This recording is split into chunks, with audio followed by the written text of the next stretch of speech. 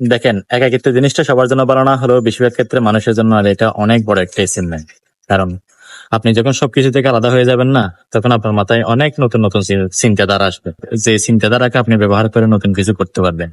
একাকিত্ব আপনাকে নতুন করে স্বপ্ন দেখাবে, একাকিত্ব আপনাকে নতুন করে রাস্তা দেখাবে। একাকিত্ব মানুষকে যে সবসময় নতুন কিছু দেখাবে বা নতুন কিছু করাবে, ব্যাপারটা কিন্তু তেমন না।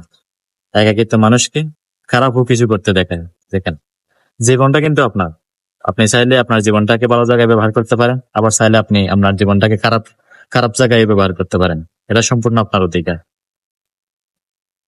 সো সবসময় চেষ্টা করবেন একাকিত্ব সময়টাকে ভালো জায়গায় ব্যবহার করতে। যদি আপনি আপনার একাকিত্ব সময়টাকে ভালো জায়গায় ব্যবহার করতে পারেন না, দেখবেন যে আপনি অনেক কিছু আদায় করে নিতে পারবেন। আপনার মাথায় যে নতুন নতুন চিন্তাধারা আসবে, আপনার মাথায় যে নতুন নতুন স্বপ্ন আপনাকে দেখাবে, সেটা যদি আপনি ঠিকঠাক জায়গায় ব্যবহার করতে পারেন না, দেখবেন যে নতুন অনেক কিছু করতে পারবেন। তাই একাকিত্ব জীবনের খারাপ সময়টাকে কাজে না লাগিয়ে ভালো যে সময়টা আছে সেই সময়টাকে কাজে লাগান, দেখবেন যে নতুন কিছু করতে পারবেন, নতুন কিছু আপনাকে করতে শেখাবে।